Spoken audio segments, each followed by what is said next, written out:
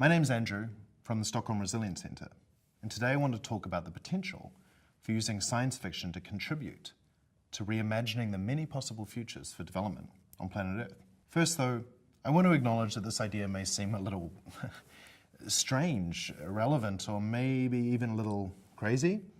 However, there is evidence that imagination-led approaches are finding their way into use. This approach to scenarios can contribute to building anticipation and response capacities in development organizations and for those seeking to change the world for the better. I think we have a really great opportunity to experiment with these imagination-led approaches. Manjana Milkeret of Purdue University in Indiana and her colleagues at the Arizona State University Imagination and Climate Futures Initiative recently started a project to follow how speculative fiction and climate fiction, known as cli-fi, might be able to influence policy in the present. And she's working directly with policymakers to use these imagination-led approaches to think differently about the future and think about the implications of the policy that they're making around climate change in the present. And she really argues and sort of says to these policymakers, look, if you're sitting here negotiating and thinking about putting in place policy for the future, it's really important that you devote effort to imagining what those futures might be if your policy was to be put in place. Secondly, the Intergovernmental Science Policy Platform on Biodiversity and Ecosystem Services is exploring different tools for imagining the future of people and planet. And it's using these imagination-led approaches in order to support thinking, which is able to find solutions and think in a different way that can truly address the scale of the challenges we face as a species. Stories are powerful things. They create our reality as much as they explain it. The futures we envision, be they positive or futures of collapse, make us much more likely to respond to events in the world in a way that helps create that future. That's by Alex Evans, from his book, The Myth Gap: What Happens When Evidence and Arguments Aren't Enough. Humans use stories as important teaching and survival tools. Our imaginations are key to many of the social, cultural, and technological developments have really contributed to the challenges we face today. Our imagination has led us to envision the kind of societies in which we live. But our capacity to imagine can also help us find our way through these enormous challenges. As storytellers, we use fiction to imagine the past as well as the future. Science fiction, as part of this broader genre of speculative fiction, represents one way to imagine alternative futures that I believe holds promise for development. Frances Bell describes classic works of science fiction by Arthur C. Clarke, Ursula K. Le Guin, and others as applied fictions. Their books and short stories provoke discussions and dialogues about the future of technological evolution, about robots, about the future of gender norms in society, among many other speculative topics. Science fiction, and for that matter, any speculative fictional narrative set in the future, can be considered a way to explore what could be, a scenario. It is not such a stretch to connect science fiction to better development for our future here on Earth. I believe that science fiction can let us dream, it can challenge us, and it can also point out absurdities and highlight things that we take completely for granted in contemporary society. Development is a serious and important endeavor that impacts many people's lives, and as such, it seemingly leaves no apparent room for fiction of any kind.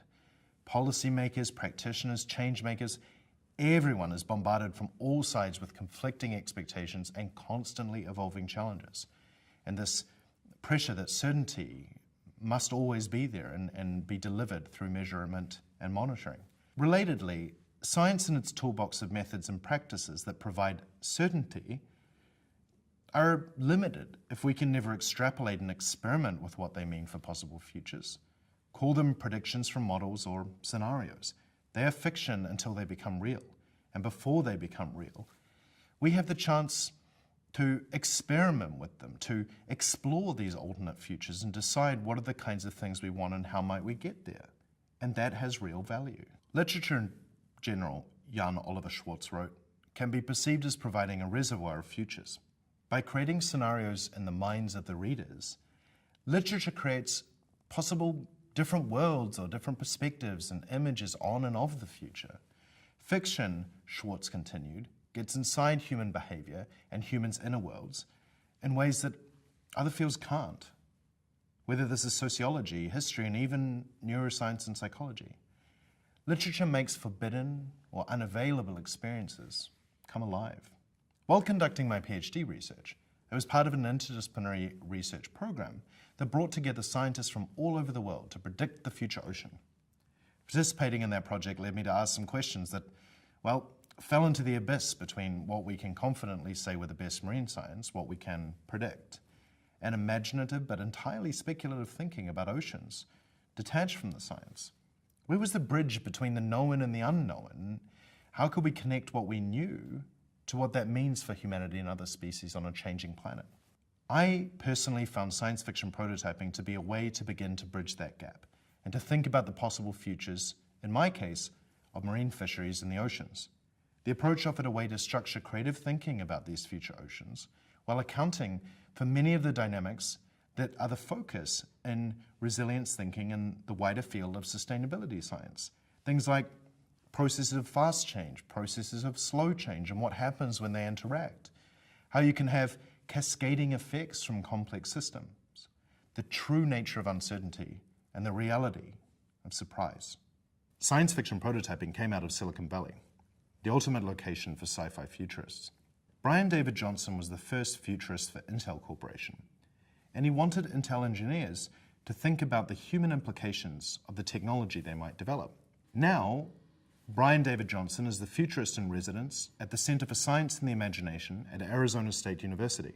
Johnson first developed formal methods of science fiction prototyping for Intel engineers to envisage what the future would be like with their innovations in it. One explicit consideration they must make is whether that future was one in which they, and indeed we humans as a whole, would want to live in. The many different approaches to scenarios all make the argument that imagination matters for working towards fairer, more sustainable, and more beautiful futures. Imagining the future of development in a world with limited resources and characterized by injustice, ecological unsustainability, and extreme and growing inequality is not so much different. Indeed, this method could be applied to opening creative space around rethinking development globally and locally. Science fiction prototyping can help illuminate the kinds of baked-in assumptions and presumptions of normality that infuse policy that is supposed to be value-neutral, objective, and quantitative. Rethinking development requires reimagining it in a way that connects science, policy, and practice with creativity, imagination, play, and speculation. The future has been created by the plans and actions of individuals, groups, networks, and organizations in the present. The value of imaginative fictional approaches is not in the false promise of predicting the future, but rather to engage with a set of plausible and complex futures. When certain trends in social and economic systems express themselves, individuals and institutions can read the signs, interpret them, and act. In cases where anticipation of non-linear change is impossible, such approaches can contribute through the creation of alternative possibility spaces, which can be used as a kind of narrative simulation, a way to experiment with and learn from the many potential surprising situations and shifts that might occur in the future. Furthermore, the act of imagining diverse futures can reveal unseen pathways and can inspire human ingenuity while also highlighting the limitations of human agency in a complex world. How this kind of science fiction, imagination-led scenario thinking will wrap itself into the future, whether in considering food systems, climate change, or the many other big issues that face us, and that indeed are encapsulated in the Sustainable Development Goals, remains to be seen. The Sustainable Development Goals are themselves, I would argue, a call for imagination. How can we make them a reality? I would suggest that science fiction prototyping, as one kind of imagination-led approach, is one way to figure out what we want and what it might take for us to truly transform for a better, more equitable, more sustainable, more beautiful future. Thank you.